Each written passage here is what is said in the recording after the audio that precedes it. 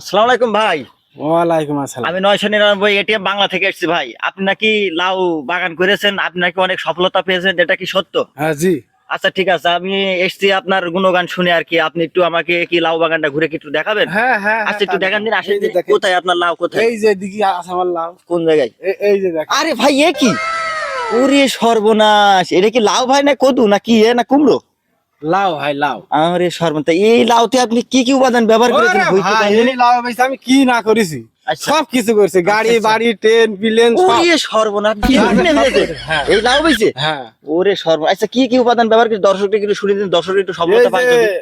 প্রথম লাগাইছি, লাগিয়ে তার সার মাটি দিয়েছি, সার মাটি দিয়ে এরকম বড় করেছি। আচ্ছা আচ্ছা বড় করে এই লাউ বেচে ভাই, এই যে বাগান দেখছেন না, আচ্ছা, আচ্ছা। সব এরকম লাউ ছিল।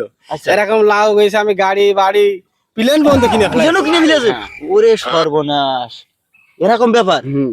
ওরে সর্বনাশ, তাই এই লাউটা কত টাকা বিক্রি হতে পারে, একটু আনুমানিক টার্গেট ধারণা দিন। তাও 4-5 লাখ। ওরে শেষ করিয়াছে।